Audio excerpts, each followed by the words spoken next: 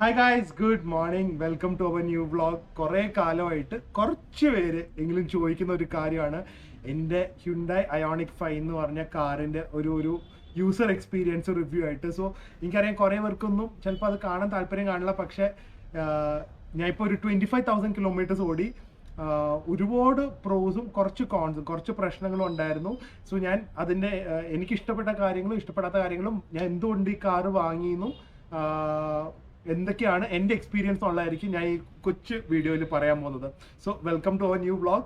And ഇതിപ്പം ഞാൻ ചെയ്യാനുള്ള കാര്യം എന്താണെന്ന് വെച്ച് കഴിഞ്ഞാൽ ഞാനൊരു ഒരുപാട് എന്ന് പറഞ്ഞു കഴിഞ്ഞാൽ 2-3 വലിയ ട്രിപ്സ് പ്ലാൻ ചെയ്തു. ഒന്ന് ഞങ്ങൾ ഈ വരുന്ന വീക്കെൻഡ് തൊട്ട് പൂജ അവധീസിന് ചെന്നൈയിലേക്ക് പ്ലാൻ ചെയ്യുന്നുണ്ട്. സോ ഒരു ഒറ്റയടിക്ക് ഏറ്റവും കൂടുതൽ ഓടിക്കുന്ന ഒരു ട്രിപ്പ് ആയിരിക്കും അത്. ഒരു ദിവസം കൊണ്ട് ഏകദേശം 600-650 കിലോമീറ്റർ ഉണ്ടല്ലോ.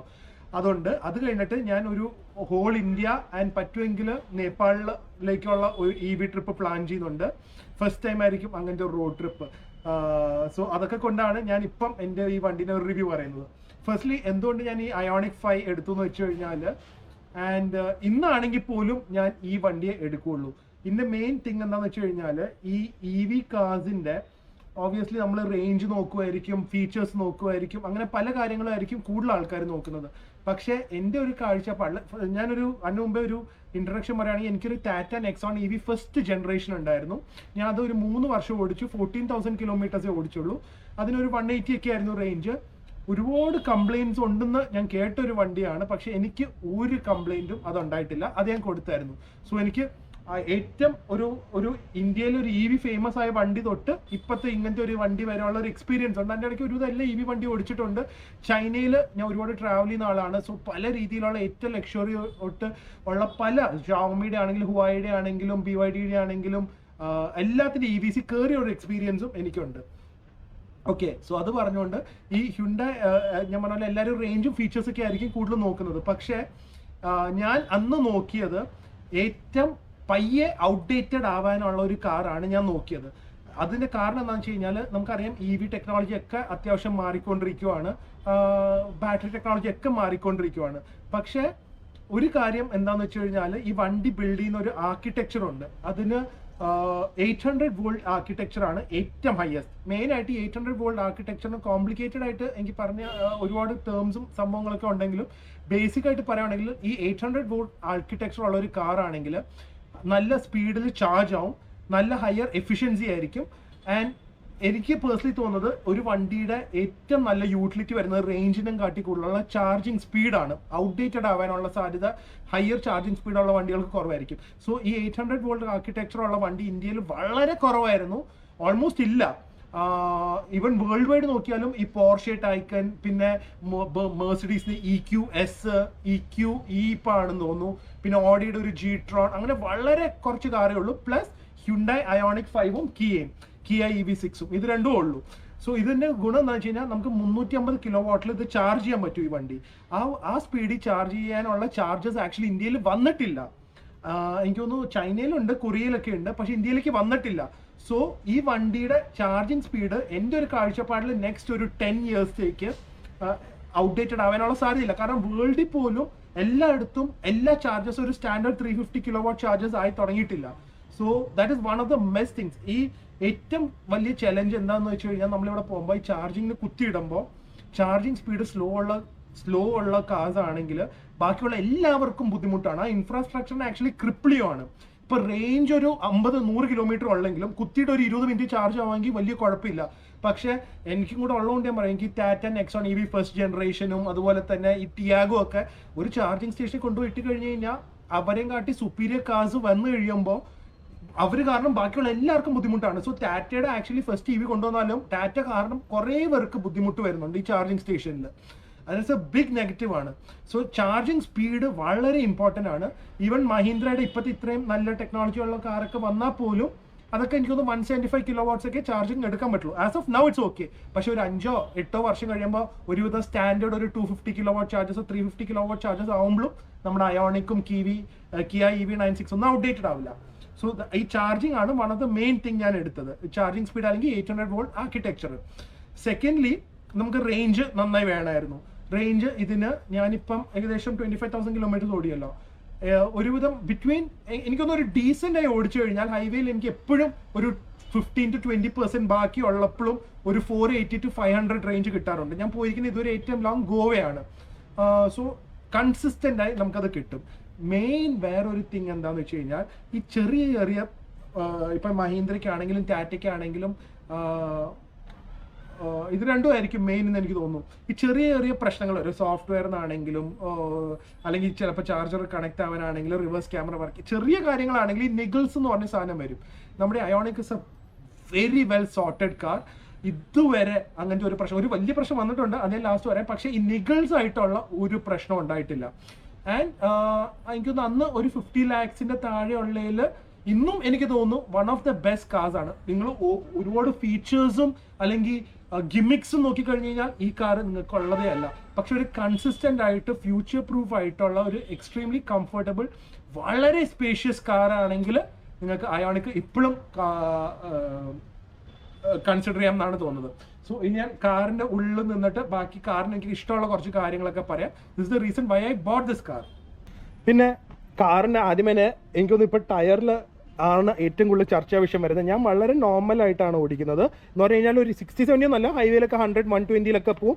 പക്ഷേ എൻ്റെ ടയർ ഞാൻ ടയർ ഷോപ്പിൽ കൊണ്ടുപോയപ്പോൾ മിനിമം ഒരു 15,000-20,000 കിലോമീറ്റേഴ്സ് ഓടും. സോ ഈ ടയർ എനിക്ക് 45,000 കിലോമീറ്ററോളം കിട്ടും.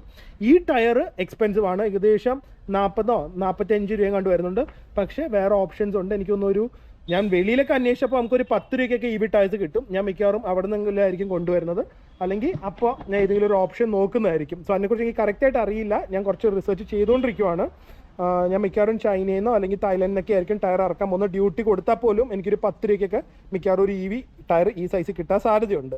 അത് ഞാൻ ഒന്ന് പറയുവാണ്.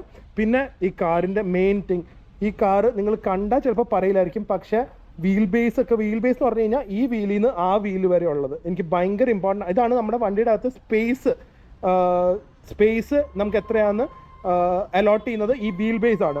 ഈ വീൽ ബേസ് ഇന്നോവേനെയും കാട്ടി വലിയൊരു വണ്ടിയാണ്. So you can imagine how spacious and comfortable the car is.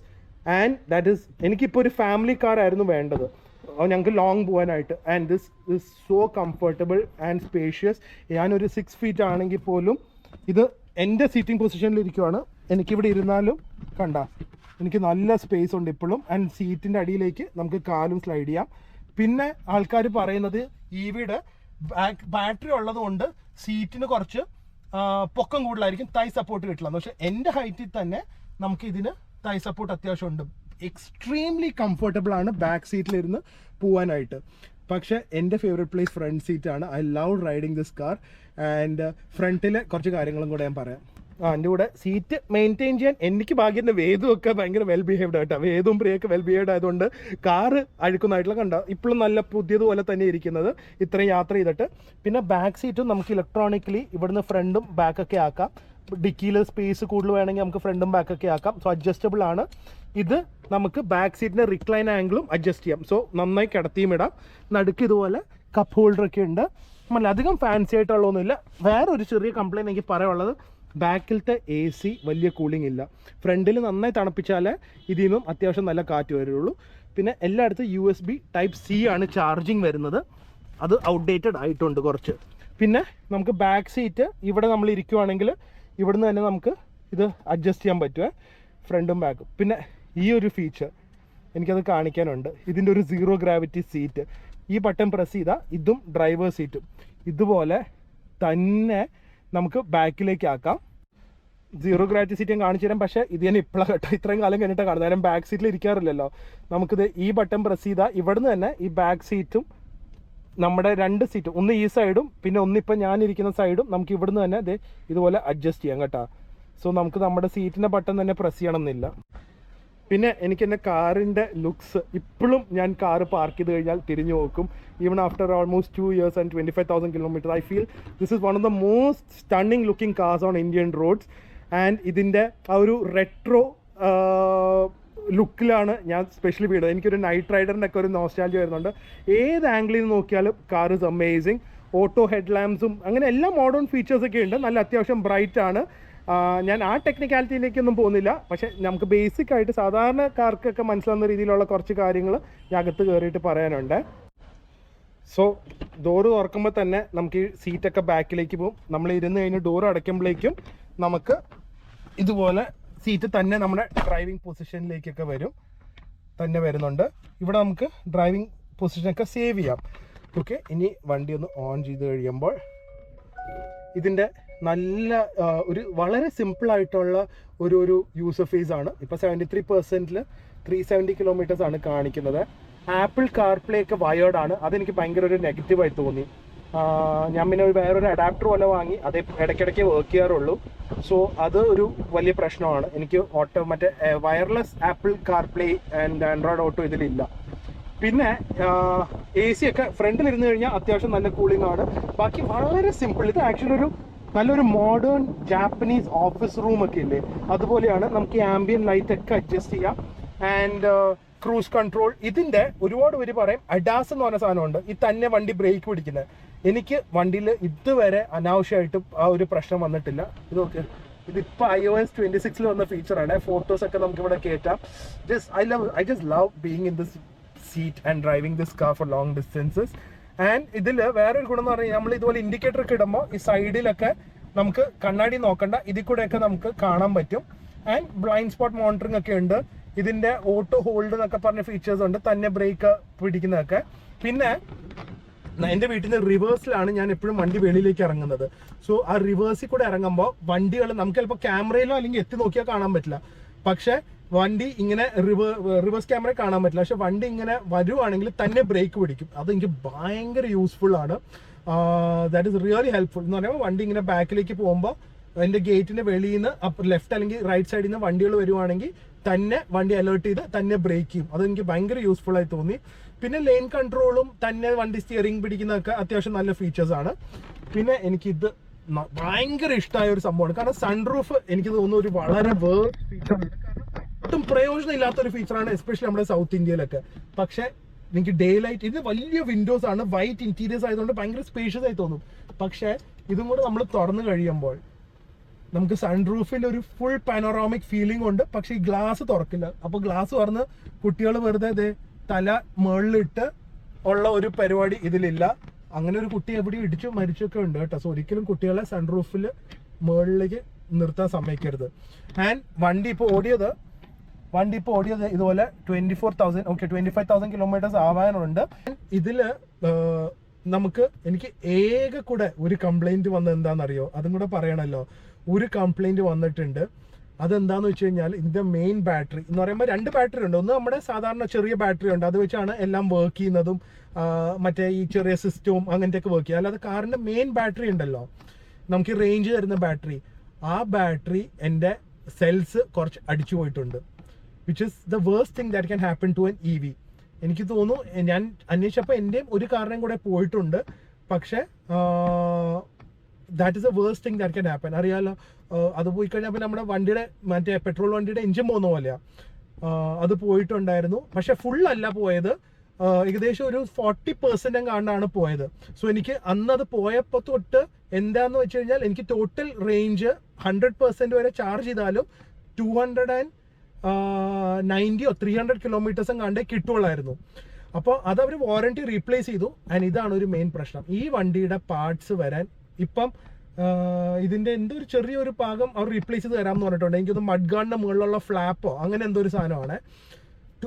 അതാണെങ്കിലും battery ആണെങ്കിലും ഒക്കെ ഓൾമോസ്റ്റ് 2 to 3 months എടുക്കും. എനിക്ക് ഭാഗ്യത്തിന് ആ ഒരു പ്രശ്നം വരാത്തില്ല. കാരണം നമുക്ക് അന്ന് ലോങ് പോകാനില്ലായിരുന്നു. സിറ്റിക്കകത്ത് 300 കിലോമീറ്റർ റേഞ്ച് മതി. അതുകൊണ്ട് എനിക്ക് എൻ്റെ ബുദ്ധിമുട്ട് അറിയില്ല. പക്ഷേ അങ്ങനെ ഒരു പാർട്ട് മാറിയിട്ട് അത് ഈ വണ്ടി ഇമ്പോർട്ടഡ് ആയിട്ടുള്ള ഒരു പ്രശ്നമായിരിക്കും. ഇമ്പോർട്ടഡോ CBO എന്താണെങ്കിലും പാർട്സ് എല്ലാം കൊറിയയിൽ നിന്നായിരിക്കും വരുന്നത്. സോ അത് ടൈം എടുക്കാനുണ്ട്. ഇവരുടെ സപ്പോർട്ട്, പോപ്പുലറിൻ്റെ സപ്പോർട്ടൊക്കെ സർവീസൊക്കെ ഔട്ട്സ്റ്റാൻഡിങ് ആണ്. പറഞ്ഞു കഴിഞ്ഞാൽ അപ്പം കാര്യം ചെയ്യും, വണ്ടി ഒന്ന് പിക്ക് ചെയ്യും, സർവീസ് ചെയ്യും, വാട്സാപ്പിൽ വീഡിയോസ് അയക്കും, എല്ലാം ചെയ്യും. പക്ഷേ ഈ പാർട്സ് കിട്ടാൻ അവർക്കൊന്നും ചെയ്യാൻ പറ്റില്ലല്ലോ. സോ എൻ്റെ വണ്ടിയുടെ ബാറ്ററി അടിച്ചു പോയിട്ടുണ്ടായിരുന്നു. ആൻഡ് അതവർ മാറ്റാൻ ഏകദേശം 3 മാസം കഴിഞ്ഞു. പാർട്സ് വന്നു. അത് കഴിഞ്ഞ് അത് മാറ്റാനുള്ള എഞ്ചിനീയേഴ്സ് ഡൽഹിയിൽ നിന്നാണ് വരുന്നത്. ഡൽഹിയിൽ നിന്ന് വന്ന് മാറ്റിയിട്ടുണ്ട്. 8 വർഷമാണ് നമ്മുടെ ബാറ്ററി വാറണ്ടി. പക്ഷേ ഇതിലൊരു പ്ലസ് പോയിന്റ് ഞാൻ കാണുന്നത് എന്താ പറയുക, ഞാൻ കോസ്റ്റ് നോക്കി. സോ ഈ 40% ബാറ്ററി സെൽസ് ആയിട്ടാണ് ഇതിനെ മാറ്റുന്നത്. ഒരു ഇൻഡിവിജ്വൽ സെൽസ് ആണ്. അത് മാറ്റാനായിട്ട് ഏകദേശം വന്ന കോസ്റ്റ് എനിക്ക് പൈസ വന്നില്ല, വാറണ്ടി ആയിരുന്നു, പക്ഷെ ബില്ല് വന്നപ്പോൾ 4 lakhs ആയിരുന്നു.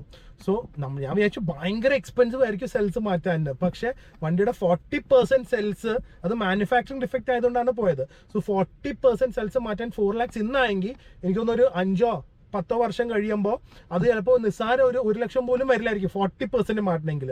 ആൻഡ് സാധാരണ ഐഫോൺ പോലെ തന്നെ എല്ലാത്തിനും നമ്മുടെ ബാറ്ററിക്ക് ഡീഗ്രഡേഷൻ ഉണ്ടാവും ഉപയോഗിക്കും തോറും. ഞാൻ ഇവിടെ എൻ്റെ റിപ്പോർട്ട് കാണിക്കാം. ഇതുവരെ എനിക്ക് ഈ ബാറ്ററി മാറ്റുന്നതിന് മുമ്പാണെങ്കിൽ പോലും എനിക്ക് ഈ ഒരു 20,000 കിലോമീറ്റേഴ്സ് ഓടിയപ്പോൾ 0% ആണ് എൻ്റെ ബാറ്ററി കുറഞ്ഞിരിക്കുന്നത്. ഇപ്പോഴും 100% ബാറ്ററി ലൈഫ് ഉണ്ടായിരുന്നു. സോ നമ്മളിപ്പം ഒരുപാട് കിലോമീറ്റേഴ്സ് ഓടിയാൽ പോലും വാറണ്ടി ഒക്കെ കഴിഞ്ഞ് ഒരു ബാറ്ററി 80% ആയാലും അന്ന് ചിലപ്പം ഈ ഒരു 20% ബാറ്ററി സെൽസ് മാറ്റാനായിട്ട് ചിലപ്പോൾ ഒരു 50,000 അല്ലെങ്കിൽ 30,000 രൂപയൊക്കെ വരാനേ സാധ്യത ഉള്ളൂ എന്നാണ് എൻ്റെ മനസ്സ് പറയുന്നത്. ഇന്നത്തെ റേറ്റ് ആണെങ്കിൽ പോലും ആ 20% മാറ്റാനായിട്ട് 1 lakh ആണ് വരുന്നത്. അത് ഞാൻ ചൈനയിലും എല്ലാ ഇതുപോലെ കൊറിയയിലൊക്കെ പോയ വണ്ടികൾ 3 ലക്ഷം 4 ലക്ഷം കിലോമീറ്റർ ഓടിയിട്ട് പോലും ബാറ്ററി ഇതുവരെ മാറിയിട്ടില്ല. 85-87% ആണ് കിട്ടുന്നത്. സോ എനിക്ക് തോന്നുന്നു ബാറ്ററി ഡീഗ്രഡേഷന്റെ കാര്യം നമ്മൾ ആലോചിക്കേണ്ടതില്ല. പുതിയ വണ്ടിക്കൊക്കെ ലൈഫ് ലോങ് ബാറ്ററി അല്ലേ, 15 years ബാറ്ററി അല്ലേ പറയുന്നത് മഹീന്ദ്രയുടെ ഒക്കെ. So that is an amazing thing. പിന്നെ ഇവിയുടെ കുറച്ച് മിത്സ് എനിക്ക് ബ്രേക്ക് ചെയ്യാനുള്ളത്, ഇതുപോലെ ടയറിന്റെ കാര്യം പറയല്ലോ, എനിക്കതൊരു വിഷയമായിട്ട് തോന്നിയില്ല. നമുക്കറിയാവുന്ന കുറേ നെക്സോൺ ഓണേഴ്സ് ഉണ്ട് 50, 60, 70,000 കിലോമീറ്റേഴ്സ് കഴിഞ്ഞിട്ടും ഓടുന്നത്. നമ്മൾ പിന്നെ ഒരു സ്പോർട്സ് കാർ ഓടിക്കുന്ന പോലെയോ അല്ലെങ്കിൽ അങ്ങനെ ഓടിച്ചു കഴിഞ്ഞാൽ പിന്നെ BMW ടയർ 30,000 കിലോമീറ്റേഴ്സ് നിന്നുള്ളൂ. അത് തന്നെ 70,000 കിലോമീറ്റേഴ്സ് ഓടിക്കുന്ന വണ്ടികളും ഉണ്ട്. സോ അതൊക്കെ ഒരു ഇല്ലോജിക്കലാണ്. നമ്മൾ എങ്ങനെ വണ്ടി ഉപയോഗിക്കുന്നു, എങ്ങനെ ടയർ മെയിൻറ്റെയിൻ ചെയ്യുന്നു, അതൊക്കെ നോക്കിയാണ് EV ടയർസ് നിൽക്കുന്നത്. ഈ ടയർ തന്നെ വേണമെങ്കിൽ എനിക്ക് 5,000 കിലോമീറ്റർ ആകുമ്പോഴേക്കും തീർക്കാം അങ്ങനെ, കാരണം അത്രയും പവറുള്ള വണ്ടിയാണ് ഭയങ്കര ചവിട്ടിയൊക്കെ ഓടിച്ചു കഴിഞ്ഞാൽ. And another thing, cost savings, that has been incredible. Cost saving and comfort. എനിക്കിപ്പോൾ EVയിലകത്ത് ഓണായിട്ടാണ് സംസാരിക്കുന്നത്. എൻ്റെ കൊച്ചിലെ തൊട്ടുള്ള സ്വപ്നമായിരുന്നു എനിക്കൊരു BMW വാങ്ങണം എന്നുള്ളത്. അത് ഒരുപാട് ആഗ്രഹിച്ച് വാങ്ങിയ ഒരു വണ്ടിയാണ്. ബട്ട് ഇപ്പോഴത്തെ ഒരു സിറ്റുവേഷനിൽ എനിക്കത് ഓടിക്കാനേ തോന്നുന്നില്ല. കാരണം അതിൻ്റെ കംഫർട്ട് ആണെങ്കിലും സൗണ്ട് ആണെങ്കിലും സ്മൂത്ത്നെസ് ആണെങ്കിലും ഒന്നും കമ്പാരബിൾ പോലും അല്ല എനിക്ക് പേഴ്സണലി. കാരണം ഞാൻ അങ്ങനെ ഒരു പെട്രോൾ ഹെഡ്, എനിക്ക് അങ്ങനെ പെട്രോളിൻ്റെ സൗണ്ടും ഗിയർ ഷിഫ്റ്റും വേണ്ടല്ല. എനിക്ക് വേണ്ടത് comforts and smooth and fast വണ്ടികളായിരിക്കണം. എനിക്കിത് എല്ലാം നെക്സോൺ തന്നെ എനിക്ക് BMW കാട്ടി സുപ്പീരിയർ ആയിട്ടാണ് തോന്നിയത്. അതിൻ്റെ ആക്സലറേഷൻ ആണെങ്കിലും കംഫർട്ട് ആണെങ്കിലും സ്മൂത്ത്നെസ് ആണെങ്കിലും അത് EVക്ക് എപ്പോഴും അങ്ങനെ ആയിരിക്കുമല്ലോ. കോമറ്റ് എടുത്താലും അങ്ങനെ ആയിരിക്കും. And right now I don't like petrol and diesel vehicles at all. പക്ഷേ എനിക്ക് ആ ഒരു ഇഷ്ടം കൊണ്ടാണ് ഞാൻ ആ BMW കൊടുക്കാത്തത്. എന്തായാലും അത് കൊടുത്തു കഴിഞ്ഞാൽ അടുത്തത് ഞാനൊരു EV ആയിരിക്കും എടുക്കുന്നത്. പക്ഷെ എനിക്കത് ആ വണ്ടിയിലാണ് ലാസ്റ്റ്, അതൊരു 2017 മോഡലാണ്, അതാണ് ലാസ്റ്റ് നല്ലൊരു എഞ്ചിൻ ഇറങ്ങിയ BMW X1. So 190 horse power ഒക്കെ ഉണ്ട്. അത് മിക്കവാറും വെക്കുന്നതായിരിക്കും കുറച്ച് കാലം കൂടെ. ആൻഡ് സെക്കൻഡ്ലി ഇതിൻ്റെ കോസ്റ്റ്, ഇതിൻ്റെ കോസ്റ്റ് ഞാൻ പറയാം, ഇതിപ്പോൾ 25,000 കിലോമീറ്റേഴ്സ് ഓടി. ഞാൻ ഒരു കാൽക്കുലേഷൻ വെച്ച് നോക്കുമ്പോൾ BMW 10 കിലോമീറ്റർ ആണ് പെർ ലിറ്റർ മൈലേജ് വരുന്നത്. സോ അതാണെങ്കിൽ ഇപ്പം ഈ ഒരു 25,000 കിലോമീറ്റേഴ്സ് ഓടാനാണെങ്കിൽ എനിക്ക് തോന്നുന്നത് ഏകദേശം 2,500 liters വരും പെട്രോൾ അല്ലെങ്കിൽ ഡീസൽ വേണ്ടി വരും. അതിൽ കൂടുതൽ വേണ്ടി വരും സിറ്റിയിലൊക്കെ ആണെങ്കിൽ. എന്നാലും 2,500 ഡീസൽ വേണമെങ്കിൽ ഇൻറ്റു 100 കഴിഞ്ഞാൽ 2.5 ലക്ഷം രൂപയായിരിക്കും. എനിക്ക് ഇതിൽ വന്നിരിക്കുന്നത്, ഇപ്പോൾ വീട്ടിൽ സോളാർ ഉണ്ട്, EV ഉണ്ട്, അതുകൊണ്ട് ഓൾമോസ്റ്റ് എനിക്ക് ലോങ് ഡിസ്റ്റൻസ് മാത്രമേ ചാർജ് ചെയ്തുള്ളൂ. അത് പറഞ്ഞു കഴിഞ്ഞാൽ ഒന്നുമില്ല. എന്നാലും ഞാൻ പറയും, ഇപ്പോൾ വീട്ടിൽ കറണ്ട് ബിൽ ഉണ്ടായിരുന്നെങ്കിൽ പോലും എനിക്കിത് ചാർജ് ചെയ്യാനും എല്ലാം കൂടെ ചിലപ്പോൾ ആ 2,50,000 പകരം ഇവിടെ എനിക്ക് വരാൻ പോകുന്നത് ശരിക്കും ഒരു 25,000 താഴെ ആയിരിക്കുള്ളൂ. എനിക്കിപ്പോൾ അത്രയും പോലും വന്നിട്ടില്ല. കാരണം ഞാനിപ്പം എൻ്റെ ചാർജിങ് ഞാൻ കാണിച്ചു തരാം. ഞാൻ ചാർജിങ് പിടിപ്പിച്ചിട്ടുണ്ട്. അതിലെ വാട്ട്സ് ഒക്കെ എടുത്തു കഴിഞ്ഞാൽ വളരെ കുറവാണ്. So imagine the saving. ഞാൻ ഒരു 1 lakh കിലോമീറ്റർ ആകുമ്പോഴേക്കും I would have saved approximately around, അത് എനിക്ക് എന്തായാലും ഒരു 10 ലക്ഷം രൂപ 1 lakh കിലോമീറ്റേഴ്സ് ഓടിക്കാനായിട്ട്. നമ്മളെ പെട്രോൾ അടിക്കുമ്പോൾ അറിയാത്തത് ശരിക്കും ഈ 5,000, 3,000, 2,000, 500 രൂപയ്ക്കൊക്കെ അല്ല അടിക്കുന്നത്. അതിന് 1 lakh അല്ലെങ്കിൽ 10 lakhs ആകുമ്പോൾ ഇതിന് ലെസ് ദാൻ 1 lakh ആയിരിക്കും എൻ്റെ ചിലവ് വരുന്നത്. അത് once you get use to it, നിങ്ങൾ ഏതൊരു EV ഓണേഴ്സിനോട് ചോദിച്ചോളാം, വൺസ് യു ഗെറ്റ് എത്ര പൈസക്കാരാണെങ്കിലും once you get use to the savings of this EV, there is then no other, നമുക്കത് സ്പെൻഡ് ചെയ്യാൻ തോന്നുന്നില്ല. ബാക്കി പെട്രോൾ അടിക്കുന്ന ഒരു ഭയങ്കര ഒരു ബുദ്ധിമുട്ടായിരിക്കും. നമുക്ക് എത്ര പൈസ ഉണ്ടോ ഇല്ലയോ എന്നല്ല, പക്ഷേ അൺനെസസറി ആയിട്ട് കൊടുക്കുന്ന ഒരു ഫീലിംഗ് ആയിരിക്കും. സോ ദാറ്റ് ഈസ് എൻ്റെ ഒരു കാൽക്കുലേഷനിൽ ഇതാണ്. എന്തെങ്കിലും മിസ്റ്റേക്ക് ഉണ്ടെങ്കിൽ നിങ്ങൾ പറയാം. ബാക്കിയുള്ള എല്ലാം ഞാൻ ഇപ്പോൾ ഇതും BMW ആയിട്ട് കമ്പയർ ചെയ്യുന്ന പറഞ്ഞാൽ ഏകദേശം സെയിം കാറ്റഗറി ആണല്ലോ, ഓൾമോസ്റ്റ് സെയിം കാറ്റഗറി ആണല്ലോ. സോ സർവീസ് കോസ്റ്റും ഇൻഷുറൻസും എല്ലാം കൂടെ കൂട്ടിക്കഴിഞ്ഞ് കഴിഞ്ഞാൽ ഭയങ്കരമായിട്ട് കൂടി. കാരണം ഇന്ന സർവീസ് കോസ്റ്റ്, അത് ഞാൻ പറയാമല്ലോ, സർവീസ് കോസ്റ്റ് ഇപ്പോൾ 25,000 2 പെയ്ഡ് സർവീസാണ് ചെയ്തത്. രണ്ടും കൂടെ എനിക്ക് ചിലപ്പോൾ ഒരു 3,000 രൂപ എങ്ങാണ്ട് ആയിട്ടുള്ളൂ. മറ്റേത് ഒരു സർവീസിന് ഒരു 22,000 എങ്ങാണ്ടാവും. സോ അങ്ങനെ കൂട്ടി പോയി കഴിഞ്ഞാൽ കുറേ. ഞാൻ ജസ്റ്റ് പെട്രോളിൻ്റെ പൈസ വെച്ച് മാത്രം പറഞ്ഞത്. പിന്നെ ടയേഴ്സിൻ്റെ ആർഗ്യുമെന്റ് ഇതിലേക്ക് കൊണ്ടുവരുന്നില്ല, കാരണം ഓപ്ഷൻസും ഉണ്ട്, ടയർ ലാസ്റ്റ് ചെയ്യുന്നുമുണ്ട്. സോ ഇതൊക്കെയാണ് എനിക്ക് പറയാനുള്ളത്. And I just love my EV. ഞാൻ 0 ഗ്രാവിറ്റിയും കൂടെ കാണിച്ചു തരാവേ. ഇത് ഞാൻ 3 തവണ പ്രസ് ചെയ്ത് കഴിഞ്ഞാൽ ഇത് ഇതുപോലെ ഒരു ബെഡ് പോലെയാവും കേട്ടോ. സോ നമ്മൾ ലോങ് ട്രിപ്പൊക്കെ പോകുമ്പോൾ ടയേർഡ് ആയി കഴിഞ്ഞ് കഴിഞ്ഞാൽ you can sleep here so nicely. ഇത് കണ്ട, കാലിന് വരെ സപ്പോർട്ടുണ്ട്. You can sleep here so nicely. And car EV ഒരു മണിക്കൂറൊക്കെ ഓൺ ചെയ്തിട്ടാൽ പോലും 1% ചാർജ് കുറയുള്ളൂ. സോ നമുക്ക് കാറിനകത്ത് എത്ര നേരം വേണമെങ്കിലും ഇരുന്ന്, ട്രാഫിക്കിൽ പെട്ടാലും ഒട്ടും റേഞ്ച് ആങ്സൈറ്റി ഒന്നുമില്ല.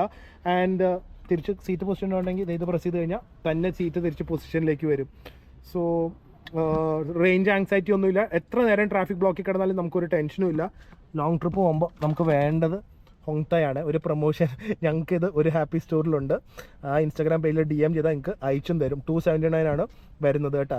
ഇത് നമുക്ക് മസ്റ്റാണ്. കാറിൽ ഒരെണ്ണം വെച്ച് കഴിഞ്ഞാൽ മോഷൻ സിക്നസ്സിനും തലവേദനയ്ക്കും ഉറക്കം വന്നാലൊക്കെ ഉപയോഗിക്കാം. അല്ല എന്താ മറ്റേ ഓണത്തിൻ്റെ പൂട്ട് കച്ചവടം പോലെ. ഓക്കെ. ആൻഡ് ഇതിൽ ബാക്കിയുള്ള കുറേ കാര്യങ്ങളുണ്ട്. ഇതിൻ്റെ ഡ്രോയേഴ്സൊക്കെ കണ്ട, ഇത് ആക്ച്വലി ഗ്ലൗ ബോക്സ് അല്ല, ഒരു ഡ്രോയർ തന്നെയാണ്. വളരെ സ്പേഷ്യസ് ആണ്. ആൻഡ് ദെൻ ഇതിൽ വെന്റിലേറ്റഡ് സീറ്റ്സ് ഉണ്ട്. ബാക്കിലെ സീറ്റ് ഹീറ്റഡ് ഉണ്ട്. അതെന്താ പ്രയോജനം എന്ന് എനിക്കറിയില്ല. ഈ ഫ്രണ്ടിൽ ഹീറ്റഡും വെന്റിലേറ്റഡും ഉണ്ട്. ആൻഡ് ബാക്കി എല്ലാം നല്ല നല്ല സെറ്റപ്പാണ്. I just love this car. Overall I am so happy. And ബൂട്ടാണെങ്കിലും അത്യാവശ്യം വലിയ ബൂട്ടാണ്. ഓട്ടോമാറ്റിക് ബൂട്ടൊക്കെയാണ്.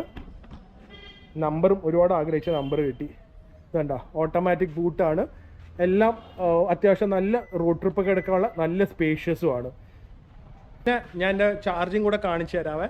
എനിക്ക് ചാർജിങ്ങിനെ കുറിച്ച് പറയുമ്പോൾ എൻ്റെ അതാണ് ഒരു ഏറ്റവും വലിയൊരു EVയുടെ പ്രശ്നം. നമുക്ക് ഒരു ഗൂഗിൾ പേ വെച്ച ഒന്നും നമുക്ക് പേ ചെയ്യാൻ പറ്റില്ല ഈ ചാർജിങ് സ്റ്റേഷനിൽ.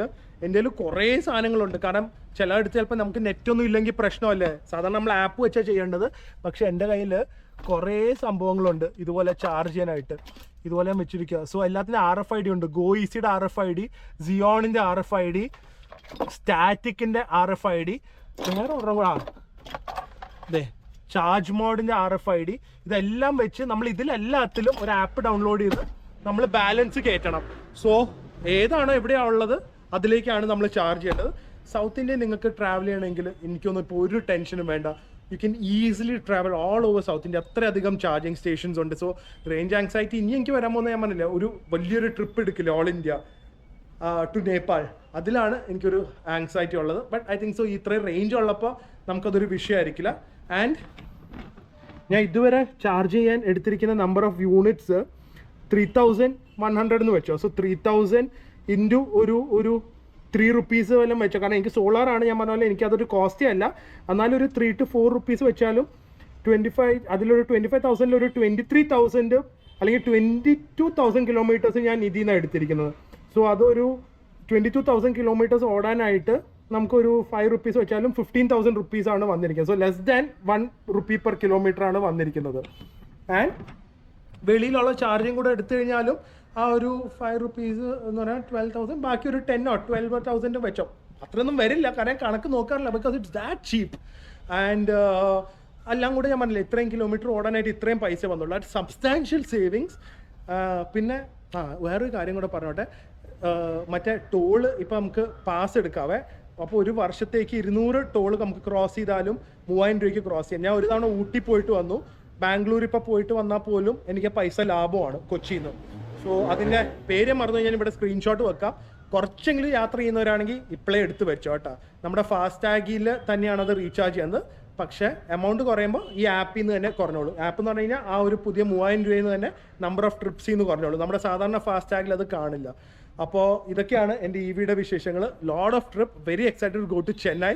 അതിലൊരു സ്പെഷ്യൽ ഗസ്റ്റും നിങ്ങൾക്ക് ഭയങ്കര ഇഷ്ടമുള്ള ആൾക്കാർ അതിൽ ജോയിൻ ചെയ്യുന്നുണ്ട്. So very excited about that trip. അപ്പോൾ ബാക്കിൽ ബെഡൊക്കെ ഇട്ടിട്ടായിരിക്കും പ്രിയ പോകുന്നത്. ആ ബെഡ് ഞാൻ കാണിച്ചിട്ടുണ്ടായിരുന്നു, അതെന്തായാലും ആ വ്ളോഗിൽ കാണാം. So very happy with my EV.